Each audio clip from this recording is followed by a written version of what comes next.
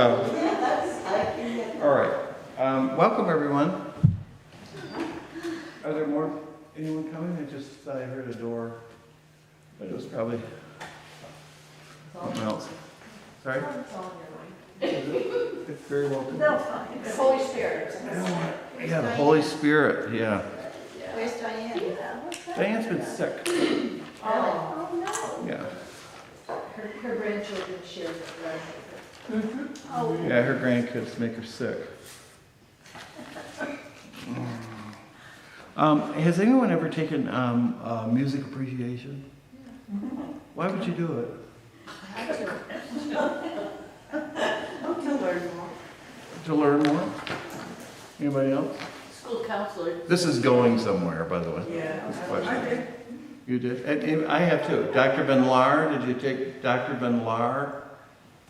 About 6'8". He was in love with Beverly Sills. And he would, no, I wasn't.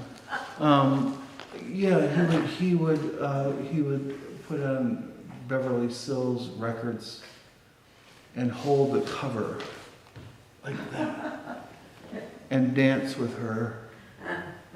I thought it was odd, which is really odd coming from me. Yeah, he, Rachmaninoff's Fifth Piano Concerto in B flat minor comes to mind.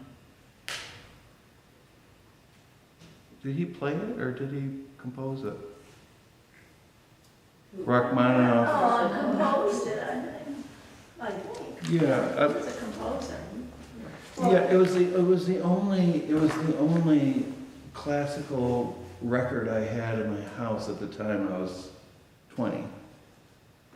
You played it over and over. Yeah, I like that. You know, this is sort of crashing, piano thing, and very Russian. And he happened to put it on, the record on, and then turned to the class and said, "I'll bet nobody knows what that is." I said, "Well, it's obviously Rachmaninoff's Piano Concerto, B flat minor." Everyone, because I was still this back then.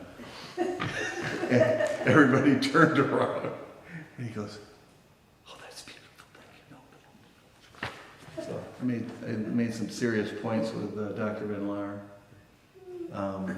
You were an easy A after that. Oh, it was fabulous. I was just fabulous. I walked out and walked away. He thought I was a Christ figure. But the reason I bring it up is I think Bible studies like music appreciation. And the hope is that when you're taking a music appreciation course, it is supposed to help one hear differently when you're at a concert, or listening to music. You'll hear it better, right? It's the class. To be in a music appreciation class is not enough. Do you see what I'm saying? It's not enough. It is to help one when you're listening to a sermon. It should help when you are out in the world and somebody explains why something has occurred, and it may, and in time it should. A flag will go up, and you'll say to yourself, "I know a story just like that in the Bible." You see, it's not. It's important in and of itself, but it's to help us be more aware that these stories, so many of these stories, are still going on. Does that make sense? More sense? Just like music appreciation, when you turn on your radio and you listen to a piece of music, you will be able to dive deeper into the music, be more a part of the music, and say, "Yeah, when that cello went off, 3 notes is all you get." Like it'll come to, huh? Like that TV show. Say more. Like that TV show where I can name that Yeah. But Tom Hanks in Philadelphia, in the movie Philadelphia, Maria Callas was singing, right? And he brought in Denzel Washington in his apartment, and he had Denzel Washington listen to Maria Callas, and in that aria, there is a cello part with 3 notes. That's all it is. That's all the cello plays, 3 notes. And Tom Hanks focused on those 3 notes, and brought Denzel Washington into that moment. And if you're not educated well enough, you'll miss the moment. And that movie, I mean, there's some pivotal points, but that's definitely one of them, because they repeated it. They repeated the song again. You see what I mean? And the Bible studies are like that too. We're lifting, as we've said before, we're trying to lift up the hood of this book so you can see how it works. I just bought a Land Rover, 1974 Land Rover. First thing they do, they open up the hood. See, that's where this is. That's where that is. That's where this is. Why do they do that? So not just so you can repair it, but so that you can have an appreciation of what's going on under the hood. So your driving experience is deeper, right? Okay. It's like foundational. Exactly. Yeah, foundational. So that's the impulse for doing Bible study as far as Tom Feed is concerned. That would be me. That's why we do it. Okay? So we're going to finish up the Joseph cycle, let's say, today, or try to. We'll give it a shot. And Which part? the good part. Let's take a look at Genesis 37:1. We'll start from there. That might be going backwards, but yeah, let's see if we can do that. Genesis 37:1 through 14. Let's see. Jacob settled in the land where his father had lived as an alien, the land of Canaan. This is the story of the family of Jacob. Joseph, being 17 years old, was shepherding the flock with his brothers. He was a helper to the sons of Bilhah and Zilpah, his father's wives, and Joseph brought a bad report to them to their father. Now Israel loved Joseph more than any other of his children, because he was the son of his old age, and he had made him a long robe with sleeves. But when his brothers saw that the father loved him more than all his brothers, they hated him, and could not speak peaceably to him. Once Joseph had a dream, and when he told it to his brothers, they hated him even more. He said to them, "Listen to this dream I have dreamed. There we were, binding sheaves in the field. Suddenly my sheaf rose and stood upright. Then your sheaves gathered around it and bowed down to my sheaf." His brothers said to him, "Are you indeed to reign over us? Are you indeed to have domination over us?" So they hated him even more because of his dreams and his words. He had another dream and told it to his brothers, saying, "Look, I've had another dream. The sun, the moon, and 11 stars were bowing down to me."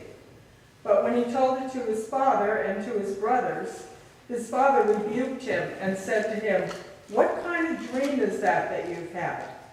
Shall we indeed come, I and your mother and your brothers, and bow to the ground before you?" So his brothers were jealous of him, but his father just kept the matter in mind. Now his brothers went to pasture their father's flock near Shechem.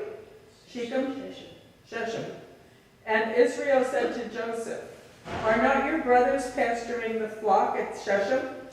Come, I'll send you to them." He answered, "Here I am." So he said to him, "Go now and see if it is well with your brothers and with the flock, and bring word back to me." So he sent him from the valley of Hebron. He came to Shechem, and a man found him wandering in the fields. And the man said to him, "What are you seeking?" "I am seeking my brothers," he said. "Tell me, please, where are they pasturing the flock?" You said to 14? Mhm. Okay, so everybody's on board now? That's the beginning of the Joseph cycle. And then, as we know, he goes out to the field and to check in on his brothers as per his father's orders. And they see this brother of theirs that they aren't very keen of. And they decide to throw him down a well, right? It's a dry well. And whose idea was that? Do you remember? Who was it? Reuben, yeah. It was Reuben's idea not to kill him, but to toss him down into this well. I don't know if that's better or not. And then we've got traders that come, because remember the area around the Mediterranean is like New Jersey. Everybody goes through there. So and they do to this day. That's how you get around. If you want to go from Africa to Europe, you have to go through Palestine. So that was and is a very well oiled route as far as travel goes. Okay, so I think it's Midianites show up and drag him out of there, and so he's going to go from favorite son to what? What happens to him? Servant? Was he servant or no? They're going to sell him. Yeah. Yeah. Slave trade. The slave trade. Thank God we don't have that anymore.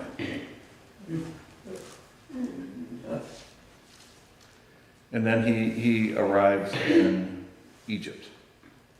All right? Remember, kind of tuck it away a little bit, the story of the second Joseph and Mary and the Christ child, because we're on some parallel tracks now. Okay? Joseph here, he sees a dream, or has a dream, go to Egypt and save the child, the Christ child, and he goes to Egypt as well. Okay? Got it? Okay. That's done on purpose. Even if it happened historically, it's interesting. Okay? So let's take a look at 40 now. Chapter 40. And all right, so we'll jump ahead. And Joseph now is a slave, or he's in jail. We had a little incident with a woman who was married to somebody important. Who was it? Potiphar, right? Yeah. Potiphar was he the king? I can't remember that. I think so. Well, all right. So Potiphar's wife comes on to Joseph. Joseph rejects her and doesn't want any part of this. A married woman. She says, "Oh yeah," grabs him, and he pulls away, and she tears his clothes, and it's a real Bill Cosby moment. And so he is then put in jail for that activity. She says he did it, and he said no, I didn't. So he winds up in prison for that act, which he did not do. And good old Joseph, he's a young guy, and he's got swagger. He's got swag. And for him not to do it is remarkable, because there's a part of him that definitely would. Okay, so now he's in prison, and what happens is about 41 through 8 for now. Let's see what he does and what God does with him.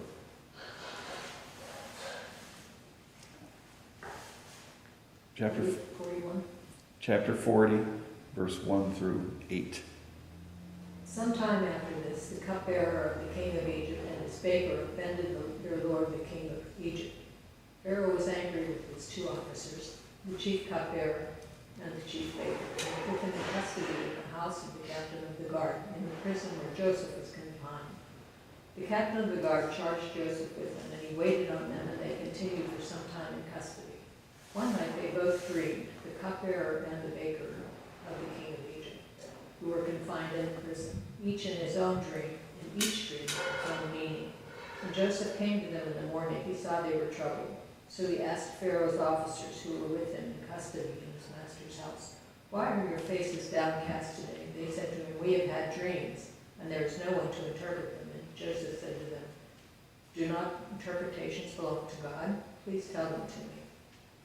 Okay, so Joseph is going to be the dreamer, right? He's going to have his own dreams, and he's going to interpret dreams. Have you ever had a dream that changed your life?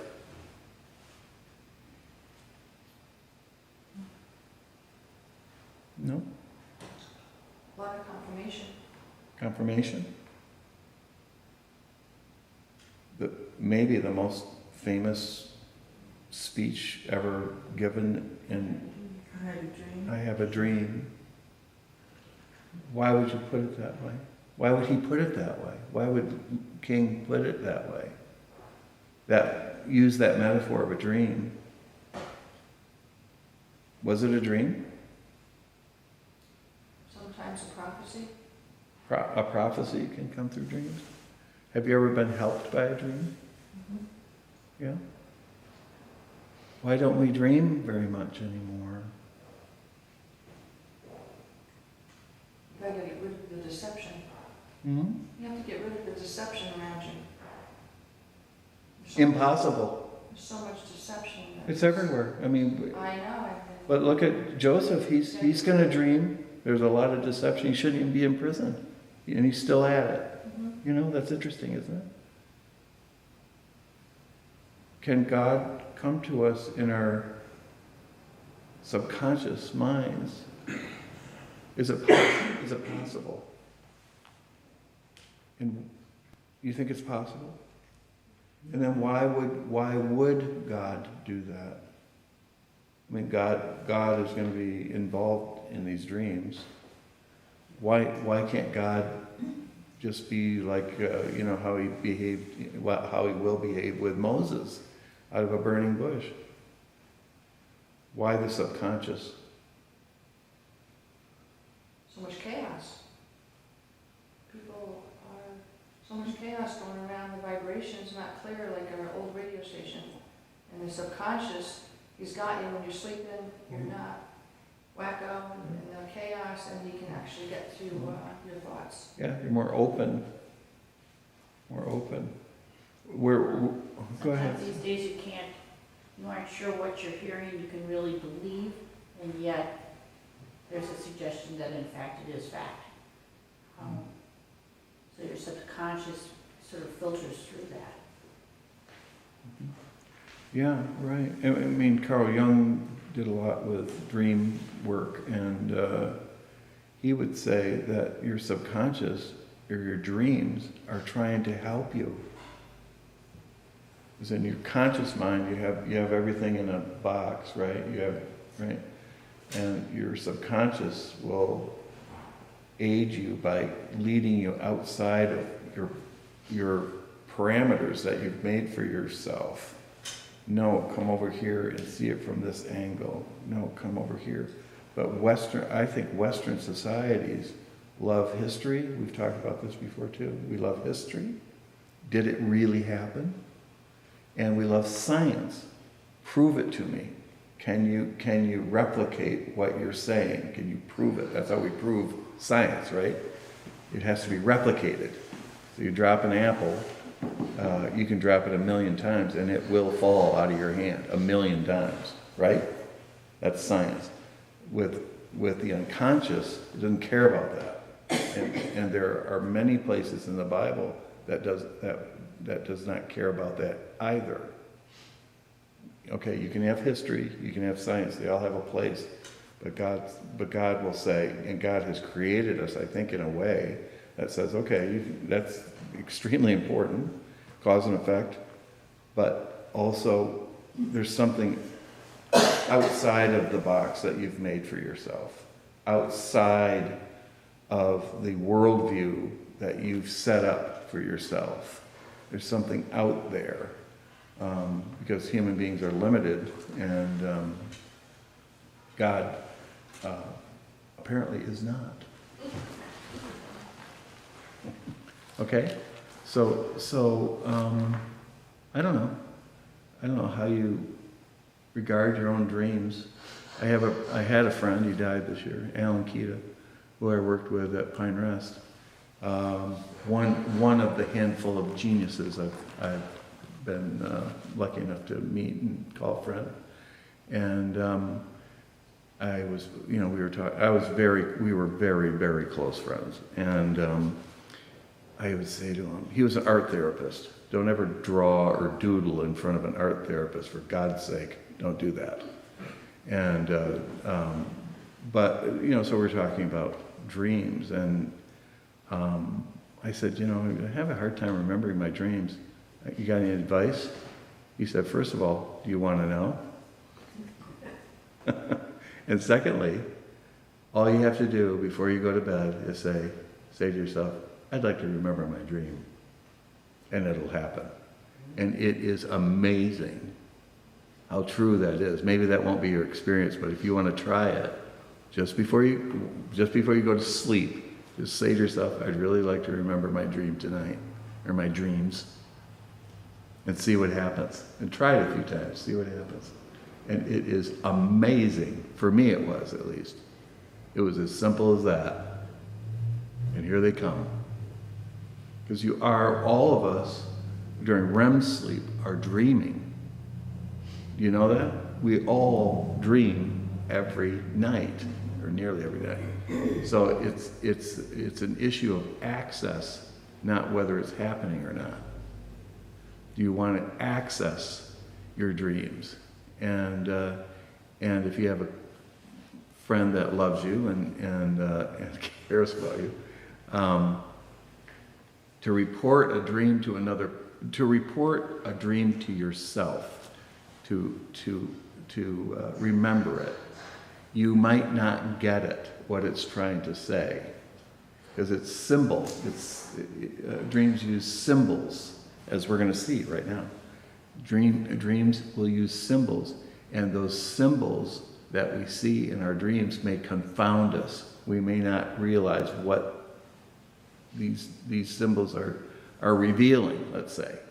You tell it to a friend that's got some, anyway, a friend that knows you.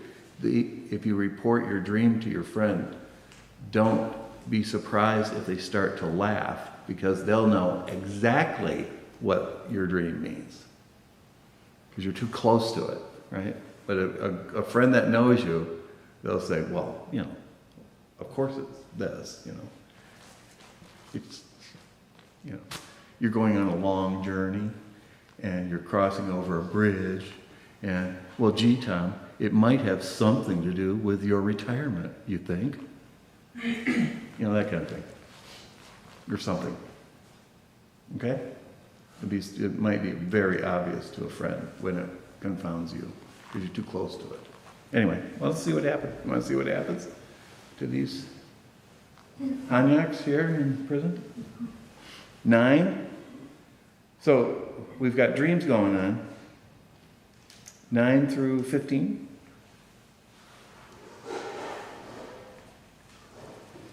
So the chief cupbearer told his dreams to Joseph and said to him, in my dream there was a vine before me, and on the vine there were 3 branches.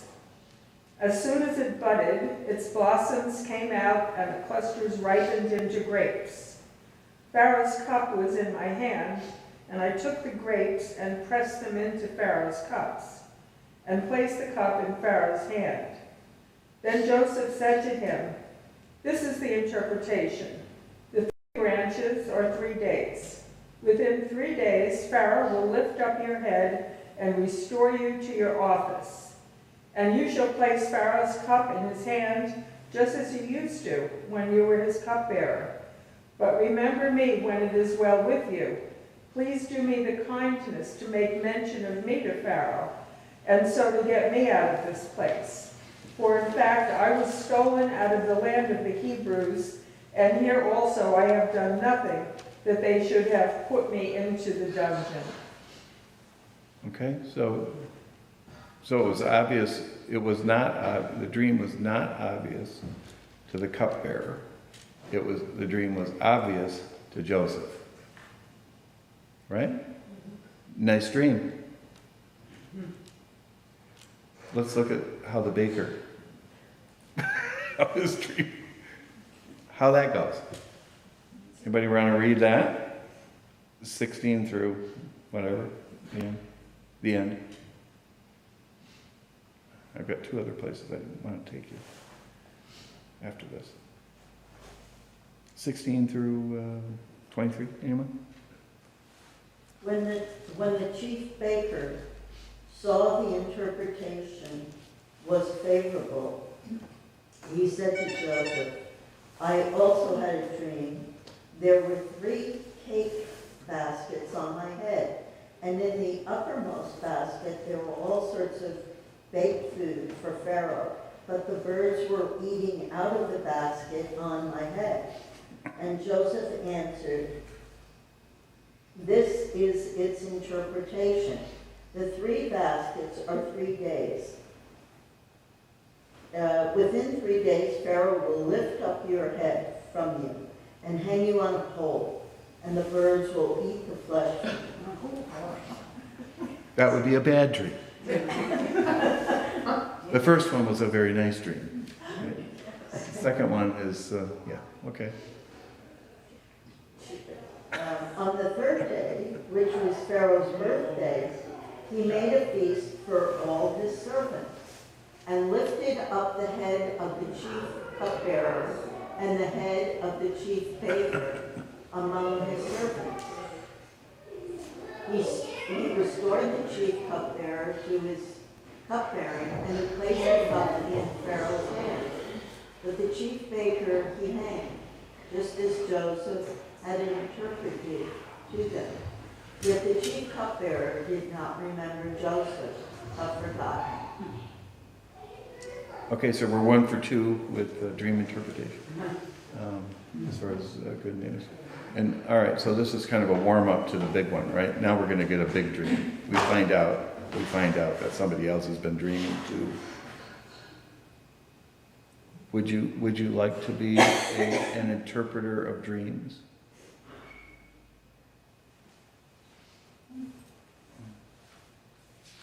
It would be interesting. Would you, what we call prophets, when you think of prophecy, a lot of people think that this is a person that will tell the future, and there's validity to that statement. But what a prophet will really do is see the day for what it is. If you see the day for what it is, it doesn't take a rocket scientist to know what's next. In the Bible, the prophets are telling the truth about the present. And therefore, what will happen is an extension of this day. You see what I mean? Interpreting. In some ways, I would say, all of us have to interpret our own lives. We have to interpret what is going on around us. We do it all the time, don't we? All the time. Whether we speak it or whether we're even really tuned into it, we're still doing it. We are interpretive machines, human beings are. We're all taking in, right? You're doing it right now, right? You're all taking in stuff and you're making observations, judgments. You're trying to fit it into your worldview. That's what we do. We do it all day long. That's why we're tired at night. One of my reasons. But that is key. It is key to be able to train your mind according to, I hate to sound religious, but the will of God or the kingdom of God. Over time, it is possible to begin to see yourself, see others, see the world around you, not according to how your parents taught you how to see the world, which they did, but how God might see the world and your world. It's possible. It's not, it doesn't, you have to work at it, I think, a little bit. To start to see through God's eyes. I mean, some people do, and they think they're a little closer to God than everybody else. I don't mean that. I mean, it is possible to see the world through the eyes of Jesus, let's say. So when you see a broken person, you really see something other than this is a lazy, unfortunate, why can't they get off the ground kind of, you see what I mean? You start to see things differently. So much of the Bible, so much of the Christian faith has to do with what we see and how we regard it. We put a value on things, in other words. So this term, for instance, woke, have you heard of the term woke? Which has been around for 70 years. Did you know that? No. That word has been around for a long time. This is nothing new, right? Because we're busy. We're busy with things, so we miss things. We miss significance. This is an old word, woke. It just means pay attention. And that word really, one of the antecedents of this word comes from the Bible. Wake up. Wake up is all over the place in the Bible. Wake up. And what it's trying to say is try to see things as God sees them, or as Jesus sees them, if you want to use that. Try to see it that way, not necessarily the way you were brought up. You have to cross over something, I think. Cross over a river, or however you want to look at it, in order to move beyond, or maybe a larger vision, if you had really amazing parents. I had good parents, but they didn't talk like this. To be able to see with a different lens than how you were raised, and also the culture around us will teach us how to see. And the culture, I got news for you, could be wrong.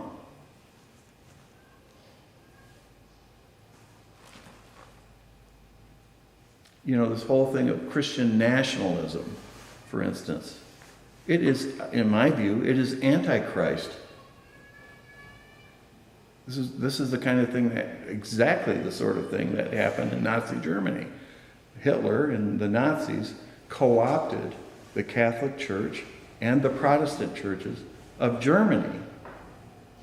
And they welded the Christian faith with Nazism. That is Christian nationalism. We have seen this before on a gruesome scale.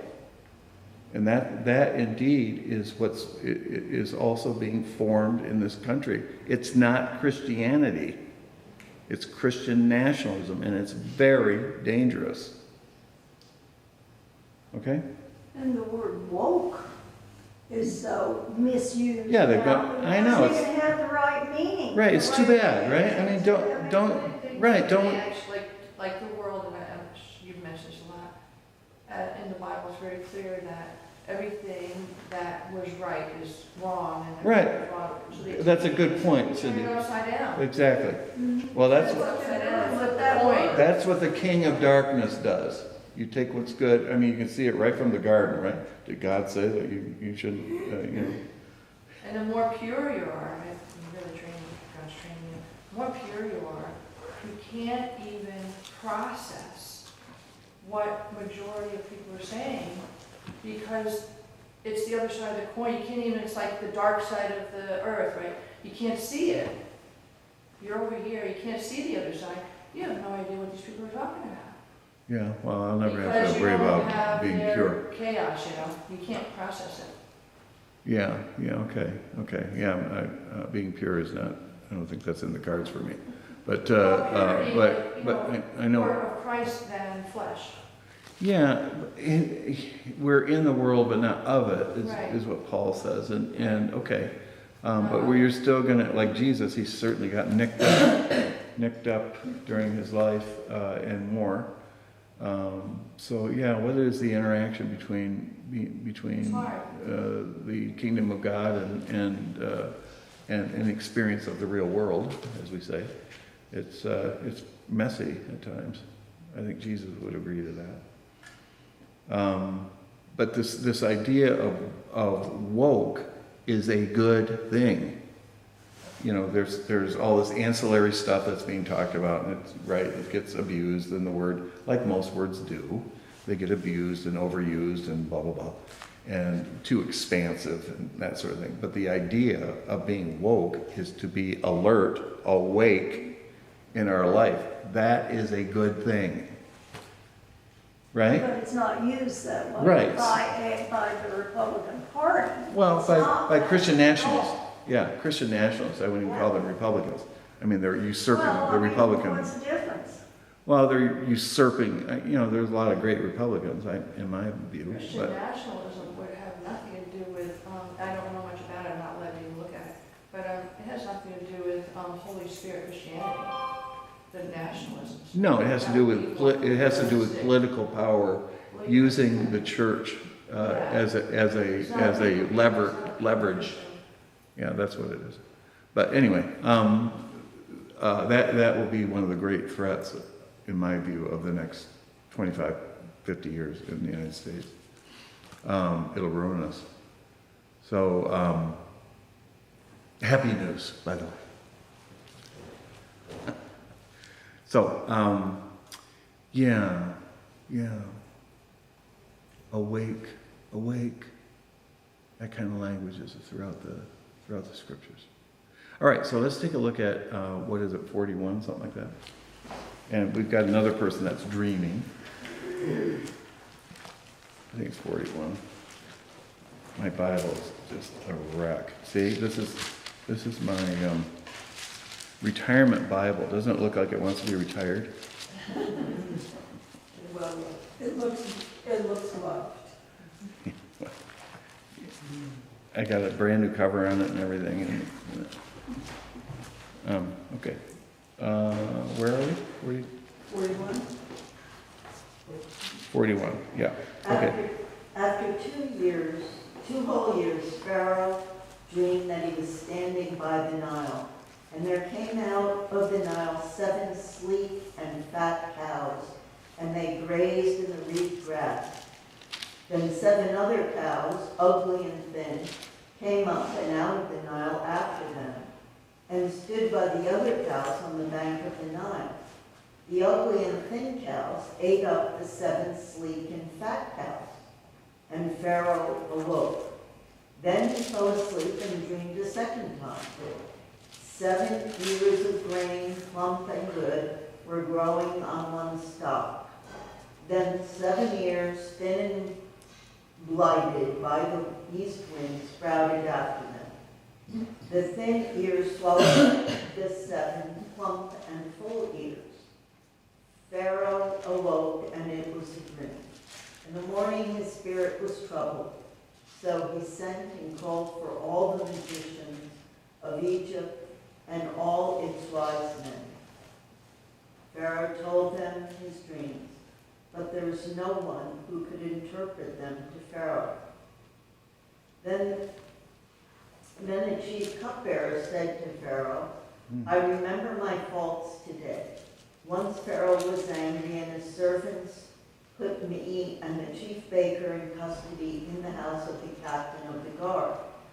We dreamed on the same night, he and I, each having a dream with its own meaning.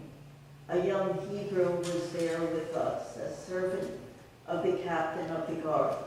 When we told him, he interpreted our dreams to us, giving an interpretation to each according to his dream. As he interpreted to us, so it turned out. I was restored to my office, and the baker was hanged. Then, should I continue? No, that's good. So, all right, so Joseph then will be called, and he will interpret the dream, right? There's how many cows? 7 cows? 7 cows that are emaciated, and then 7 cows that are, and so Joseph is going to say, yeah, I got it. 7 years of Good harvest. Good harvest. 7 years of good harvest, and then 7 years of famine, right? Right, there'll be 7 and 7, and so Pharaoh will say, you know, do you have an idea what we should do? You know, during those growing years, you got to stockpile. You have to stockpile those 7 years, and that'll get you through the 7 bad years. And I want to get to this other thing. So Pharaoh goes, hey, you're pretty smart. You want to come on board, be part of the leadership here? And so Pharaoh takes him out of prison, elevates him. He's the number 2 guy right under. He's the XO of Egypt. And he's going to manage the affairs of the entire nation. That's what's about to happen. Pharaoh really trusts this guy. Not only can he interprets dreams, but he can also make it happen. This guy's talented. So at about this point, as you're reading this, and maybe a good novel is like that too, you might stop, have a cup of coffee, and say something like, "This is leading up to something. This has more to do with Egypt than what we see. There's something else running under all this. And what is it? You should get a good sniff, like I smell something else here. It's very important to get that, I think, over time. I am sniffing something else. And it's God. God is it's like tectonic plates. You know what I'm talking about? Tectonic plates move underneath the earth. Some of them are 6, 7, 10 miles deep, and they're moving, and they cause earthquakes and tsunamis. And the Bible is a lot like that too. There's tectonic plates. You think the story's up here, right? We've got a pretty linear story going on, right? Wouldn't you say? I mean, it's like a novel. It reads like a novel, doesn't it? But underneath it, these plates are starting to move, and it's God. So there's a bigger story going on underneath all this. Moving the chess piece. There you go. Yeah, perfect. And things are. So you have the history, the story is up here, but the real story is down here. And the Bible is also trying to say this over and over to the reader. That's you too. Yes, so trust me. Can you dig it? In other words, we can tell our stories, our own stories, and that's perfectly legitimate and wonderful, and so many of us have great stories to tell. But underneath our stories, is the story of God at work in our lives.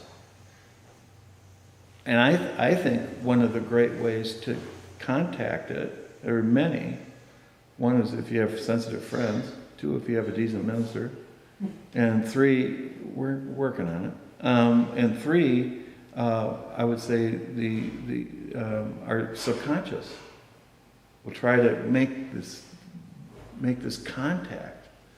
Can we say? We say it here. This is a book of the mighty works of God, let's say, that God is involved in the great acts of history and in individual people's lives. Can we say that? We see it in the Bible? Well, the Bible's saying, well, that's you too. That's also you. This is about you. That God is at work in your life.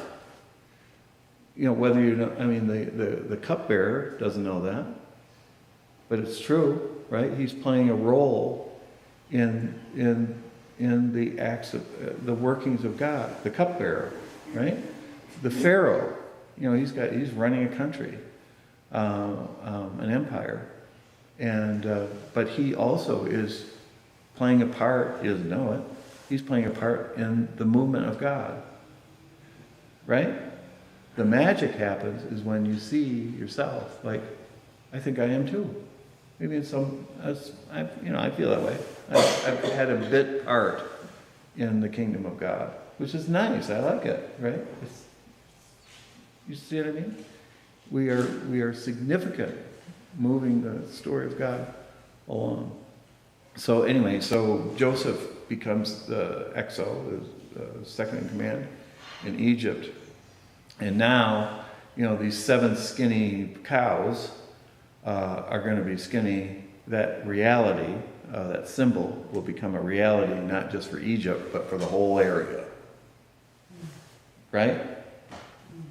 So it's begging time for everyone that's outside of Egypt, including Joseph's family. They're going to starve too. Remember them? You know? They're still, well, I imagine those conversations are interesting with Reuben and his brothers, you know? We should head water. That kind of thing. Now they're in trouble. That family's in trouble. That family has to exist and move forward. It has to. Or this story's, the Bible will end with Genesis 42. It'll be a little tiny Bible that we have, because it will not proceed if this family doesn't make it. That's the family, the chosen family. Remember, I will bless you, you will become a blessing.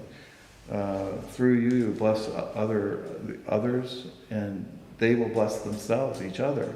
That is the covenant that's moving through this family. It must survive. But they don't know how it's going to survive. But the tectonic plates down here are moving. And so we've got Joseph, number 2 person in Egypt. We've got a starving family over here. They're going to come begging for food. And here we go, right? You can see it. You see it? And it's because of these plates down here.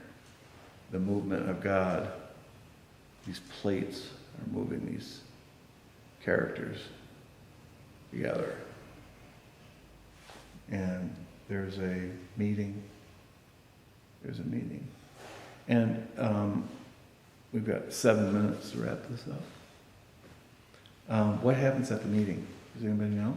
There's a few things that happen. Remember, this is the longest story in the book of Genesis by far. Well, it turns out that Joseph is not the youngest. There's another one that's younger. And so Joseph's family will come to Egypt. And they're like a lot of families, and they're begging for food. And Joseph, they don't recognize Joseph. And so he's standing there, and they are terrified. They don't know it's Joseph, but they know it's the number 2 person in Egypt. And they are absolutely terrified of this person. How many years do you think went by? And I don't know. That's a good question. I don't know. But Benjamin, right? Isn't that his name? Ben-Hamim? Had to be at least 7, right? Huh? Has to be maybe at least 7 with the fat. Well, I'm thinking 14, maybe-ish, right? 7 good years, 7 bad years. Well, let's throw it in there somewhere. Let's call it that. So here's the family. They're bowing down. Joseph's standing up, and they're begging for food. And blah, blah, blah. Who are you? Where do you come from? Do you have is this everybody? No, we left Benjamin, our little brother, back with his dad as a, safety, because you might mow us down. Well, I'd like to see him. And the father's still alive? Yeah, he's still alive. Get him. get them. So they have to go back and collect the patriarch and Benjamin, bring him up. I think I have all these facts right, don't I? Not the mother? Maybe the mother. It does it say the mother?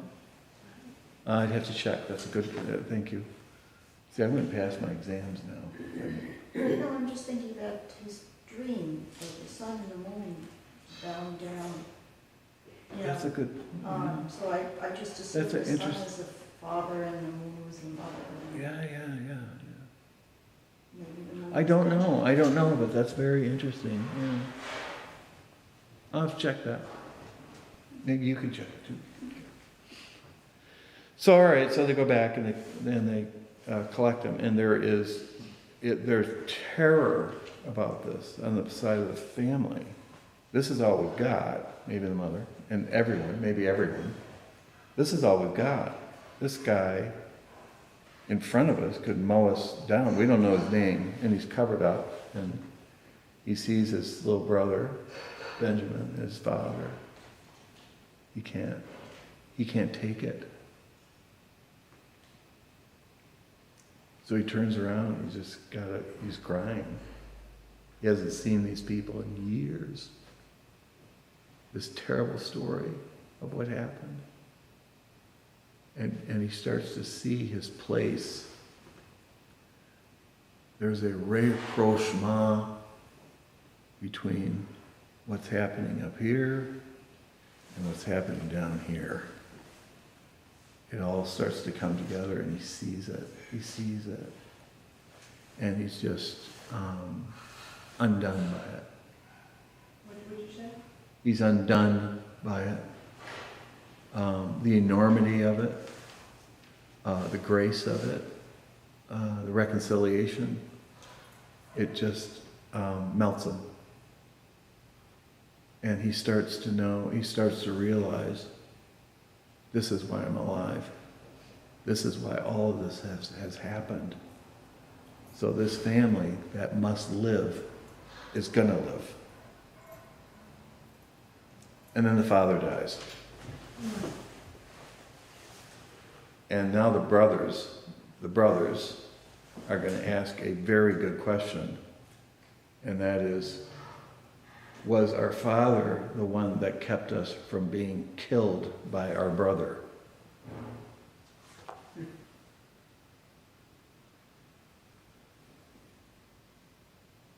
And the answer is no. And Joseph will tell them, I see it now, that this is all of part of God's plan. Remember the first dream where, hey guys, pass the milk. I had a great dream last night. You all bowed down. That happens. They all bow down. It happens. But it was for a very different purpose than what Joseph thought in the first place. The whole dream was about not really Joseph, but it was about carrying on this covenant that's going to keep moving. The story's going to keep moving. Without all those details, it wasn't going to happen.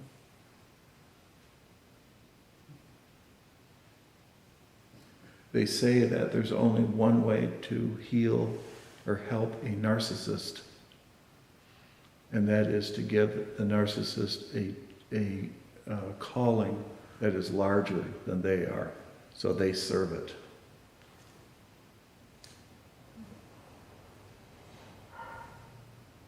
Otherwise, they're ruined, and everyone around them is ruined too. And that's I think in some ways one of the lessons of Joseph. It's okay to be full of yourself as long as you're serving something more larger and more gracious than you would ever be. St. Paul fits that bill, to my mind. Right? Anybody else? King David fits that bill, in my mind. All of them, I don't know if they were narcissists, clinical narcissists, but they definitely were narcissistic. And this is how God can use all of us, even somebody like that, to help move this caravan of grace forward. Okay? Now, the very last, I want to get you over to the very, and then we'll be done. I want you to look at the very last paragraph in the Old Testament. And it's a little bit of an echo. It's Malachi 4. You might have to help your neighbor find that. Malachi 4:5. What? Malachi chapter 4, verse 5.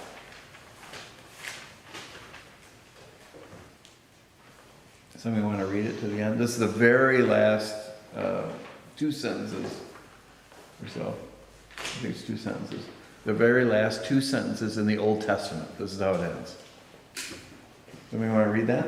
Let's do it. What page is it on? That's 779. 779. Good job. Lo, I will send you the prophet Elijah before the great and terrible day of the Lord comes. He will turn the hearts of parents to their children and the hearts of children to their parents, so that I will not come and strike the land with a curse. That's how it ends. In other words, can God work? Oh, we're out of time.